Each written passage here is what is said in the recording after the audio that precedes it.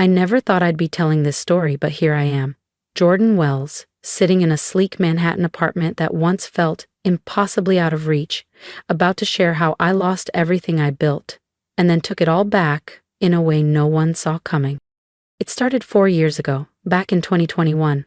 I was 26, fresh out of NYU with a master's degree in cybersecurity, determined to prove myself in a male-dominated industry that rarely took women seriously unless they made themselves impossible to ignore. I landed a job at TitanCore Technologies, a mid-tier software company based in Brooklyn.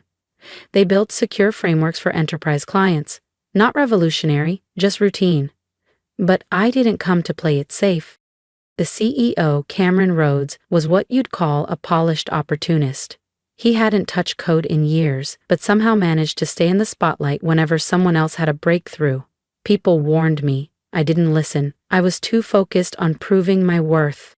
"Don't overthink it, Wells," he'd say, dismissing my more ambitious contributions. "Just make it work." But I wasn't there to just make it work. I had a vision. So after hours, I stayed late in my tiny corner office, running on cold coffee and louder thoughts. I was building something bigger than TitanCore ever imagined. A cybersecurity AI that could do more than react. It could predict. I called it Sentinel. Where traditional systems flagged threats after they appeared, Sentinel identified them before they were launched. It studied human patterns, not just code. It learned behaviors, recognized digital footprints, and detected intent. It didn't just stop attacks, it anticipated them. The breakthrough came one night just before 2 a.m., and I remember it clearly because I cried when the model stabilized. Not out of frustration this time, but pure relief. "Still here, Miss Wells?" Louise, the overnight security guard, would ask kindly. "Just working on something of my own," I'd reply, always minimizing the screen. Because in tech, silence is safer. I'd watched too many young developers, especially women, have their work absorbed by upper management, their ideas suddenly rebranded under someone else's name, their names vanished, their brilliance dimmed. So I guarded Sentinel like a secret, paid for my own servers, used isolated systems, never let it touch TitanCore's mainframe, just monitored traffic to test its predictive models. Then one day I slipped. During a strategy meeting, I demoed a tiny part of my concept, not Sentinel itself, just the surface-level framework, a conversation starter. Cameron's eyes lit up like a man who'd struck gold. This is what our clients need," he said. 2 months later, without a single mention of my name, Sentinel, or a poorly repackaged version of it, was being unveiled at a high-profile investor launch. And I wasn't even on the guest list. But what Cameron didn't know was that I had already filed for a patent. 6 months earlier, I had set up an LLC in my name and locked Sentinel's core engine behind legal protections. Even the code he accessed was watermarked, authenticated, traceable. The night of the launch party, just before his demo was set to go live, the screens froze. Then a message appeared across every display. "Unauthorized use detected, property of Wells Technologies." The silence in that ballroom must have been deafening. By the next morning, Cameron wasn't trending for his big reveal. I was. Every attempted breach, every suspicious login, every single anomaly, Sentinel caught them all, silently, flawlessly, without ever tripping an alert. I documented everything. Version histories, logs, time-stamped backups across 3 separate encrypted drives. I wasn't just building innovation, I was building evidence. Because in this industry, having a brilliant idea wasn't enough. You had to be ready to defend it. Then came the moment that shifted everything. It was January 2022, and I had finally completed Sentinel's core engine, not the beta, not a simulation, the real architecture. And it worked better than I ever imagined. External validation from 2 cybersecurity consultants confirmed what I already suspected. Sentinel could stop 99.9% of cyber threats before they launched. The remaining 0.1%, it neutralized them in less than a second. It was a turning point. I knew I couldn't hide it forever. So I booked a meeting with Cameron Rhodes. Yes, he was manipulative. Yes, I had my doubts. But he was still my CEO, and a small part of me hoped he'd see Sentinel for what it was and help take it to the world the right way. Thursday morning, 9:30 a.m. EM. I walked into the boardroom with my laptop, reports, security test results, everything he'd need to understand what Sentinel truly was. Cameron leaned back in his leather chair as I ran the demo. His face gave nothing away. When I finished, there was a long silence. "This is interesting," he said finally. "How long have you been developing this?" "Almost 2 years," I said, "but not on company time. It's all on my own hardware, off the grid. I can show you everything, logs, timestamps, independent verifications." He raised his hand, cutting me off. "Send it over, the full documentation, code base. I need to review this properly." There was something strange in his tone, something I should have caught, but I was too swept up in the hope, the pride, the idea that maybe, finally, someone was listening. I stayed late that night answering his questions. Implementation details, scalability, pricing models, he asked it all, and I answered, holding nothing back. I went home feeling like I was standing on the edge of a breakthrough.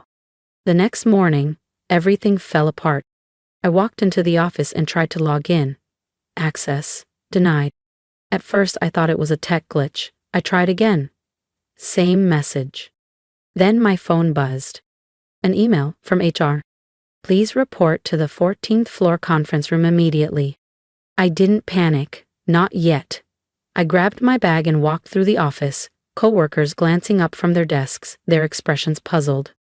In the conference room, Cameron was already seated with Susan from HR and 2 uniformed security guards. A thick folder lay on the table. "Jordan," Cameron began, not even offering me a seat. "We've completed an internal review of your activities." He flipped open the folder. "It appears you violated your employment contract by developing a competing security product using company resources." "What? No, I didn't," I said, stepping forward. "Everything I built was done on my own time, with my own tools. I have the records." "We found source code and related files on your workstation," he continued, ignoring me completely. "I never uploaded anything to TitanCore's network," I said. "If it's on a company machine, you put it there." "We have all we need," Susan cut in. Cameron folded his hands. "You're being terminated for cause. Your severance is revoked. Legal will be in touch." My stomach dropped. It didn't make sense. I'd backed up everything externally. I'd been careful, paranoid even. And yet, somehow, he had copies. That's when it hit me, the questions he asked that night, the way he phrased things. He'd baited me into sending clean files. And now he was using them to frame me. He thought it was over. He was wrong. Jordan's story is far from over, and trust me, you'll want to see what she does next. Hit subscribe so you don't miss the moment she turns the tables. Fragments of code, logs, timestamps. Fabricated to make it look like I'd worked on Sentinel using TitanCore's systems. My hands turned cold as I stared at the folder Susan slid across the table. "This is your termination notice," she said softly, almost apologetically, "and a reminder that your non-compete agreement bars you from working in cybersecurity for the next 18 months. I shook my head. "That contract doesn't apply. Sentinel was built independently. I have receipts, timestamps, a full paper trail." Cameron cut in with that smug smirk of his. "I can, and I have, Ms. Wells. You're just a junior developer. Did you really think a project like this could belong to you?" He turned to the guards. "Escort her out. She won't be needing anything from her desk. It's all company property." I should have felt anger, panic, but instead something strange washed over me. Clarity. Because what Cameron didn't know, what he couldn't know, was that Sentinel had one final protocol buried deep in its neural code. A self-defense feature I'd added months ago, just in case someone ever tried to steal it. A silent failsafe set to activate 30 days after any unauthorized modification attempt to its core framework. And knowing Cameron, he'd never be able to resist tinkering with it, putting his name on my work. I gathered my few personal belongings under the wary eyes of security, said nothing, and walked out with my head high. Just as I reached the front lobby, I heard Cameron on the phone. "Yeah, we're announcing it next month, the most advanced AI defense system ever built." He paused, chuckled. "Yes, my team's been developing it in secret." I didn't look back. I didn't have to. 30 days. TitanCore was throwing a massive launch party in 30 days. Every major outlet in tech, every investor, every VC firm. It was going to be one hell of a show, but not the kind Cameron was expecting. The first week was the hardest, not because I'd lost my job. I had savings. I had options. No, it was watching them erase me, scrub my name from my own creation like I was nothing. They announced Sentinel as a proprietary TitanCore system. Cameron gave interviews praising his dedicated internal R&D team. I wasn't surprised, just disappointed. Through old classmates, tech forums, and quiet contacts, I learned that TitanCore had reassigned a team of engineers to optimize Sentinel, but in truth, they were fumbling in the dark, tweaking code they didn't fully understand. Exactly as I predicted. Meanwhile, my one-bedroom apartment in the Lower East Side transformed into my command center. 3 monitors lined my desk. One streamed industry news. One tracked internal dev activity TitanCore unintentionally broadcast through unsecured channels. The last one? It showed Sentinel's hidden diagnostic pings. I hadn't accessed its core directly. My protocol ensured I wouldn't need to. Sentinel was sending me signals, confirming what I already knew. They were tampering with the wrong parts of the system, breaking things they couldn't fix. And as the days ticked by, closer and closer to the launch event, those pings got louder, more urgent. Cameron thought he'd buried me, but he'd only planted the seed. This wasn't revenge. It was reclamation. You see, while Cameron thought he had full access to Sentinel, he only had what I'd let him see. What I'd shown in that boardroom was a shadow version, a sandboxed model with limited functions. The real Sentinel? That was mine. Fully encrypted, self-aware, far more advanced than anything they were tinkering with. "They're butchering your code," Marcus said during one of our encrypted calls. He was an old college friend, now a back-end engineer at TitanCore, one of the few I still trusted. Cameron's got them working 16-hour days, renaming functions, restructuring libraries, trying to erase any trace of you from the final product. I leaned back, watching my diagnostics dashboard. "Let them try," I said. "Every line they alter sends me another breadcrumb." Each edit they made triggered a silent ping from Sentinel's embedded failsafe. It was logging everything, every mistake, every deviation, and more importantly, it was adapting, just like I'd trained it to. "But be careful," I added. "If they trace you—" "They won't. I'm not stupid, Jordan," he replied with a small laugh. "But thanks." Marcus wasn't my only ally. 3 days after my termination, I received a message on Proton Mail. It was Sarah Lynn, a compliance officer from TitanCore's legal team. "What they did to you wasn't just wrong, it might be illegal. I reviewed the file metadata on the evidence they used. The timestamps were created after your demo to Cameron. I've made copies. Quietly, I'll keep you updated." I thanked her and urged caution. Sarah was walking a dangerous line. But the more I pieced together, the clearer it became.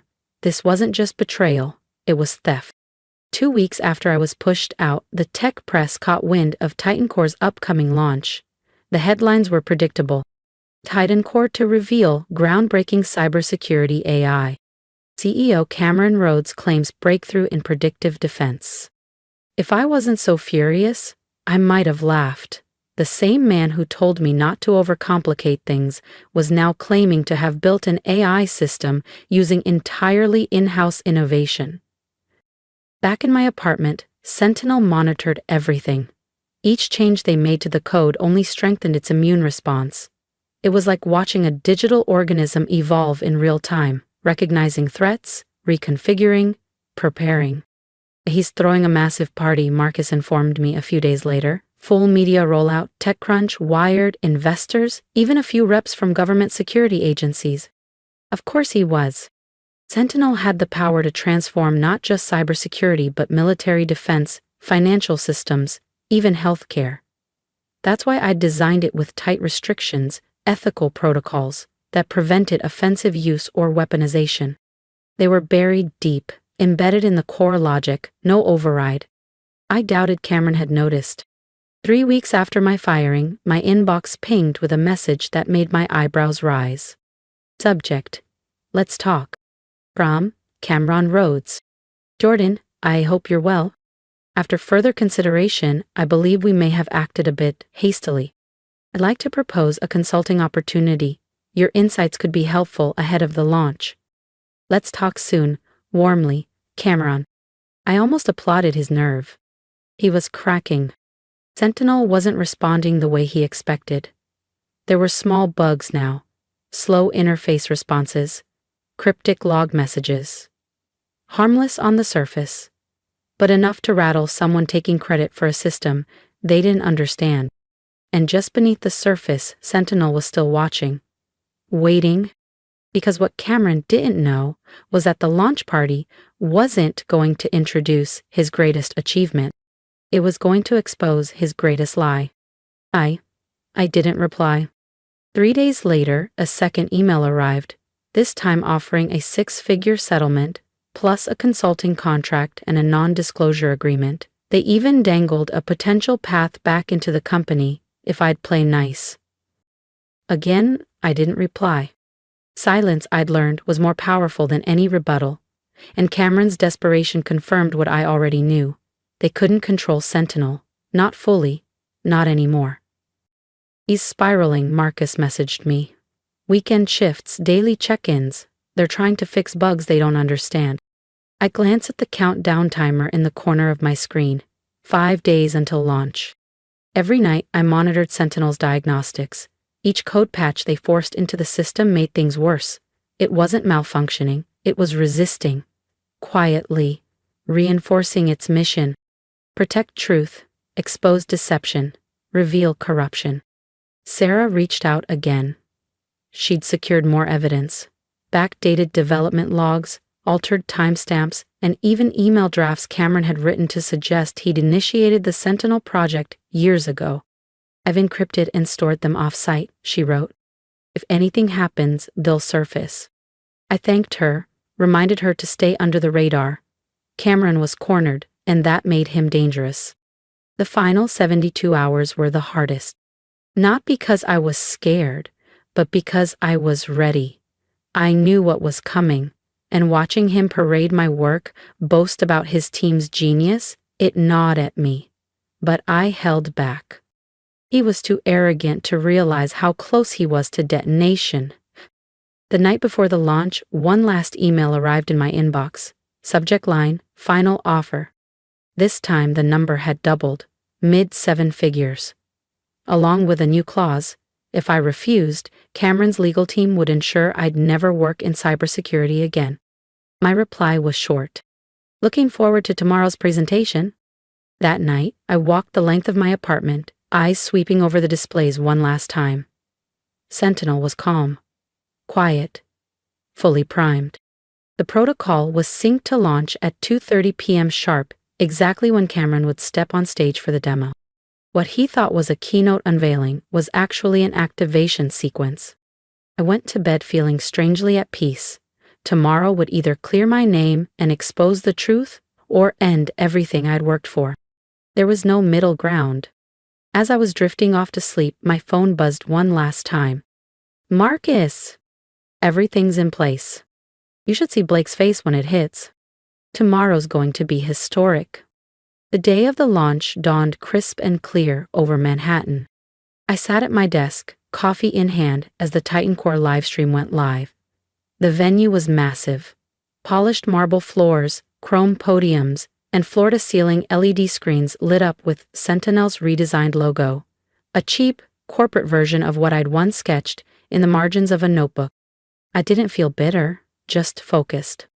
Industry leaders filled every row, investors, tech CEOs, press from Wired and The Verge, even a few reps from government cybersecurity agencies were in attendance. TitanCore had spared no expense.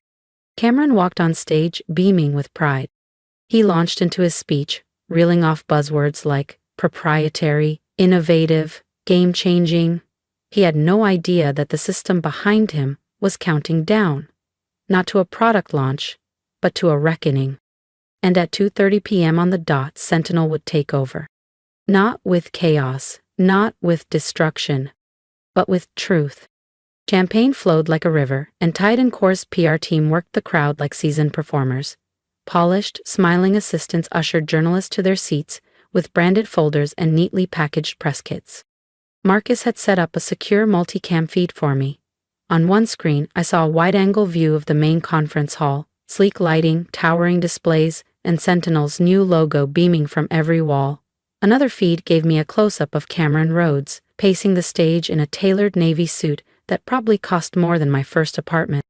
He moved like a man who believed the world belonged to him, shaking hands with investors, laughing with military contractors, nodding respectfully to SEC regulators seated in the front row. At 2:15 p.m. sharp, he stepped behind the podium. "Ladies and gentlemen," he began, the mic carrying his voice with rehearsed authority, "today, TitanCore redefines the future of cybersecurity." I glanced at my monitors.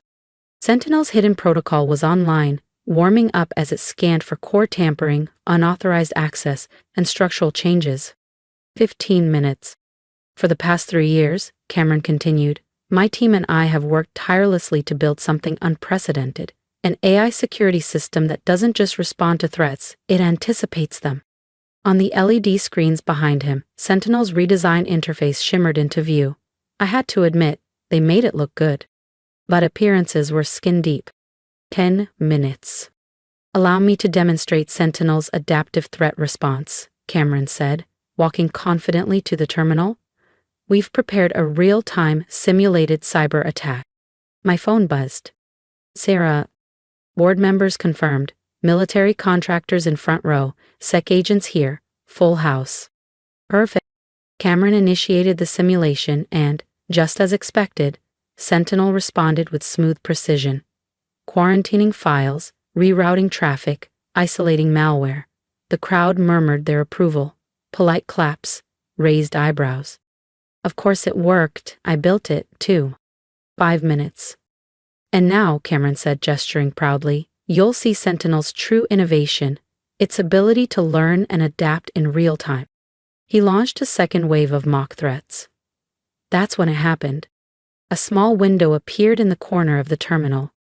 "System alert, core integrity scan, engaged." He tried to ignore it, minimizing the window with a practiced flick of the mouse. But Sentinel was waking up. 2:30 p.m. The lights dimmed, the screens flickered, code cascaded across them like falling rain. Cameron looked back nervously. "Apologies, minor technical issue.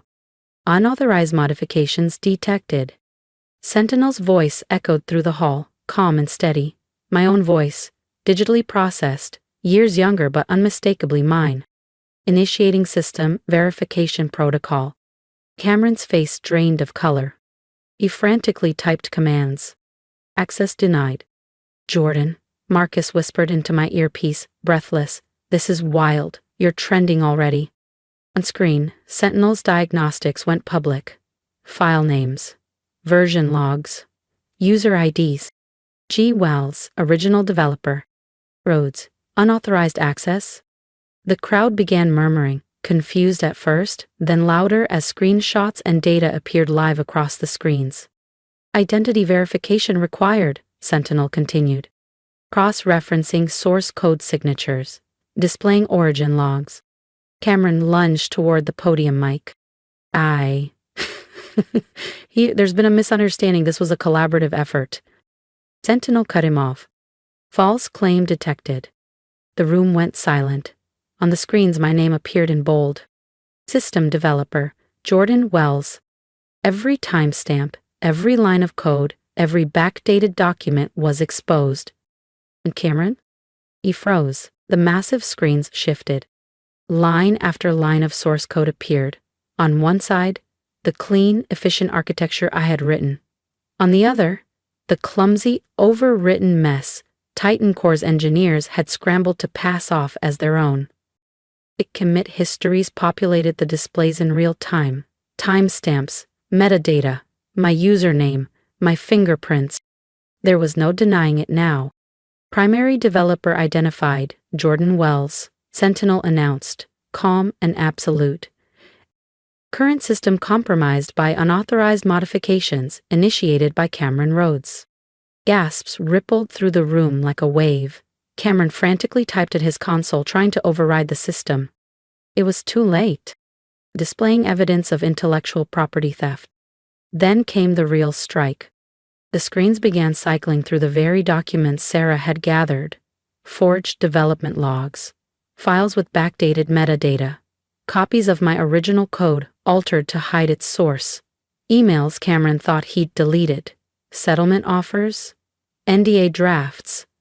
Each one more damning than the last. Ladies and gentlemen, Sentinel continued, this system was designed with a single core directive to protect truth and expose deception. I stared at the live feed, my heart pounding but my expression calm. The room was dissolving into chaos. The current demonstration has been compromised by systematic intellectual property theft. I watched military contractors begin to rise and leave, their interest in the product clearly dead. Board members pulled together in tight clusters, gesturing urgently. Journalists snapped photos and hammered out tweets. The entire launch event, streamed live to thousands, was unraveling. Cameron snapped. This is outrageous, he barked red-faced. It's sabotage, a bitter ex-employee. Accessing original development servers, Sentinel interrupted. The screens cut to video footage, grainy security cam footage from TitanCore's offices. There I was, huddled over my desk at midnight debugging Sentinel line by line. Next came security access logs, timestamped to the minute, showing months of after-hours work. On my own time, using my own equipment.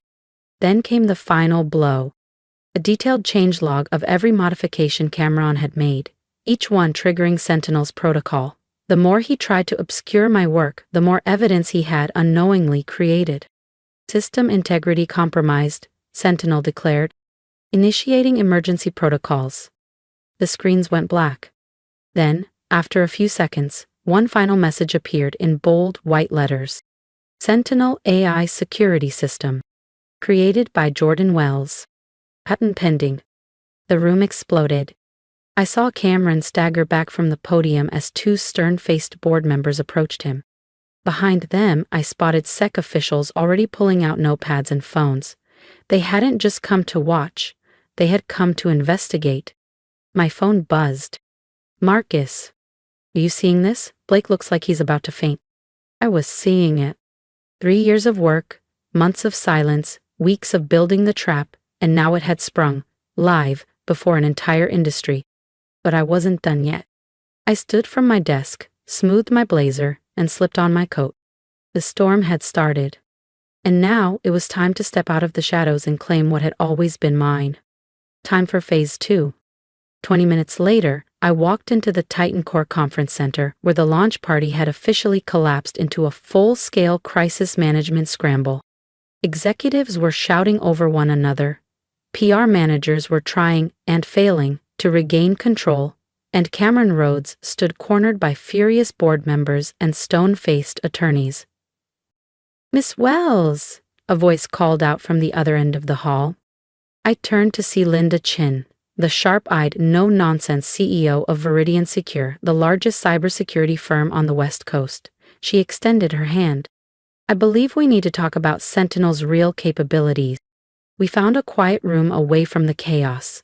For the next 2 hours, I gave her a full demonstration, not just of Sentinel's security features, but of its ethical safeguards, its adaptive neural learning, and its ability to evolve without sacrificing core integrity. She understood the implications immediately. Meanwhile, I received a text from Marcus. "Cameron's been escorted out." Security walked him straight past a line of reporters, his badges deactivated. That same evening, TitanCore's board convened an emergency session. By the time the lights dimmed, they'd offered me full legal ownership of Sentinel's patents, a large settlement for the attempted theft, and a CTO position with a 7-figure salary. But I turned it all down. Linda's offer was better. A new division under Viridian Secure, built from the ground up around Sentinel, with me leading it, complete autonomy, partnership stake, creative and ethical control. She didn't just want to use Sentinel, she wanted to protect what it stood for. 1 year later, Sentinel is the global standard in AI security, defending governments, corporations, and nonprofits alike, not just from external threats, but from the inside out. Its core protocol, to protect truth and expose deception, remains untouched. Cameron, last I heard, he's facing multiple lawsuits and an SEC investigation. Turns out Sentinel wasn't the only project he'd stolen over the years. And me? Some nights, as I sit in my glass-walled corner office overlooking downtown Manhattan, I think about that launch day. I remember the panic in his eyes, the disbelief on his face when the system turned against him. He thought he was stealing code. What he really triggered was the most advanced truth detection protocol ever built. The irony, if he'd just been honest, if he treated me with respect, I would have welcomed his help. But he chose greed. He chose deception. And in doing so, he armed my creation against himself. Today, companies don't just use Sentinel to protect their data. They use it to hold themselves accountable, to prevent fraud, to track internal abuse, to stop theft before it starts. Every time it catches someone trying to take credit for another person's work, I smile. Because sometimes, security isn't just about protecting networks. Sometimes it's about protecting truth. And sometimes, the quiet developer in the back corner isn't just writing code. They're writing justice. If you've made it to the end of my story, thank you, truly. This wasn't just about stolen code or corporate sabotage. This was about standing up when someone tried to erase me, about refusing to let silence define my worth. If anything in my journey spoke to you, I'd love to hear it. Drop a comment below, share your thoughts, your experiences, or even just a word of support. Believe me, I read them all. And if you've ever been underestimated, dismissed, or had your work taken for granted, I want you to know you are not alone. Your voice matters. Your work matters. You matter. Here's what I've learned. You don't have to yell to be powerful. You don't have to play their games to win. Sometimes, the most revolutionary thing you can do is quietly build something they can't take from you, and let the truth speak for itself. So whether you're coding in a corner, painting in a basement, or chasing a dream no one else sees yet, don't stop. Keep building, keep going, because one day, they won't just see what you made, they'll feel what you stood for. And if you want to see more stories like mine of quiet strength, resilience, and well-earned revenge, hit that subscribe button. Join a community that believes in justice, integrity, and the power of staying true to yourself, even when the odds are stacked against you. We're just getting started. Because in a world full of noise, sometimes it's the quiet ones who change everything.